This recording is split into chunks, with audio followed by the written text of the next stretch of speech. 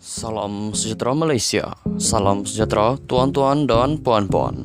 Hari ini rakyat Malaysia bakal digemparkan dengan berita panas, berita tergempar dan berita mengejutkan seluruh Malaysia.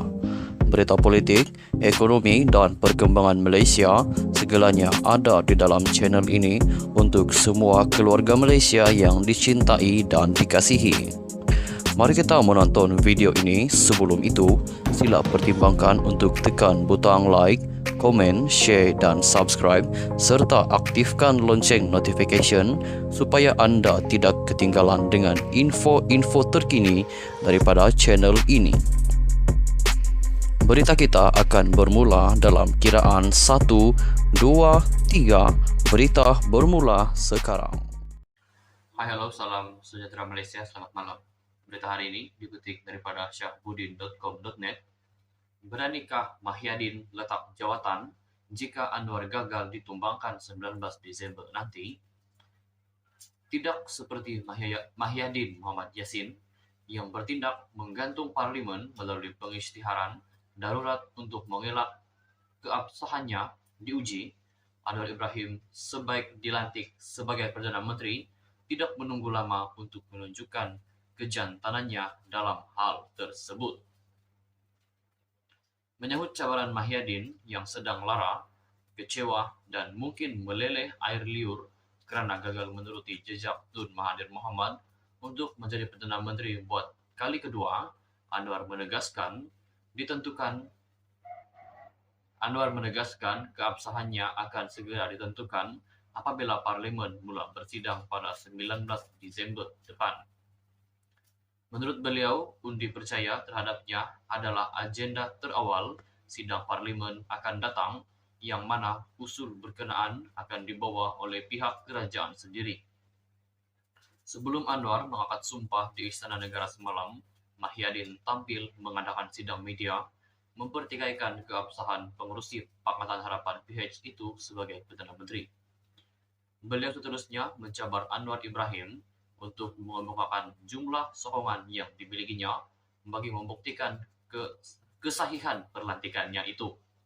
Mahyadin sebaliknya yakin beliau telah mendapat majoriti yang mencukupi untuk menjadi Perdana Menteri dengan mendakwa mendapat sokongan 115 ahli parlimen.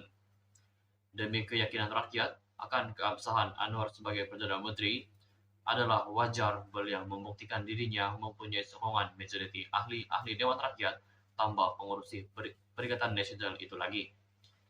Dalam hal ini, walaupun Mahyadin telah menghantar sejumlah SD yang didakwa mencukupi untuknya dilantik sebagai Perdana Menteri kepada Istana Negara, tetapi barangkali beliau terlupa bahawa telah berlaku beberapa perubahan selepas itu. Pertama, 10 ahli parlimen BN yang sebelum itu menandatangani SD menyokong beliau telah menarik balik sokongan mereka itu. BN seterusnya membuat keputusan berkecuali dan ingin kekal sebagai pembangkang saja.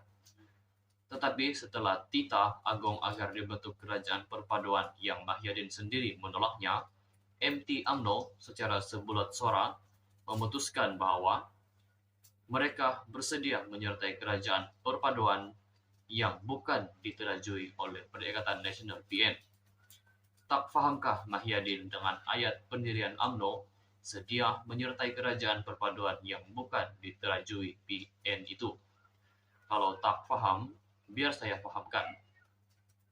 Oleh kerana hanya ada dua gabungan yang mendapat kerusi terbesar, yaitu PH dan PN, maka sudah tentulah salah satu antara keduanya itu yang layak menerajui kerajaan perpaduan sebagaimana dititahkan Agong.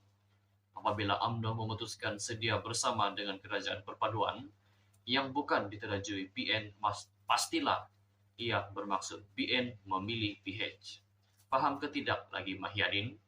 Kedua, GPS di Sarawak turut mengubah pendirian dengan menyerahkan kepada kebijaksanaan Agong menentukan siapa yang layak dilantik sebagai Perdana Menteri setelah mereka mendapat bantahan daripada sebahagian penyokongnya sendiri yang bimbang dengan pengaruh ekstremisme PAS yang kini lebih besar dalam PN.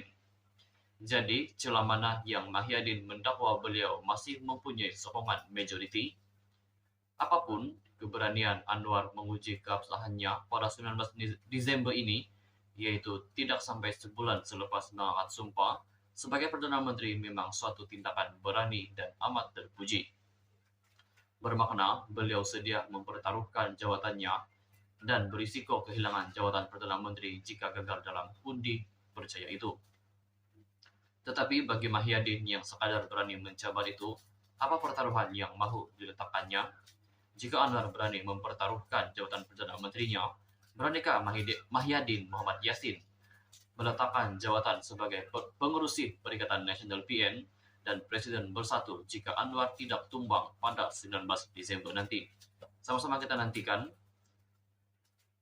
sidang parlimen yang pertama bagi kerajaan perpaduan pada tahun ini. Sekian saja perkongsian berita untuk hari ini. Kita jumpa lagi di video yang seterusnya. Stay safe, stay healthy. Bye.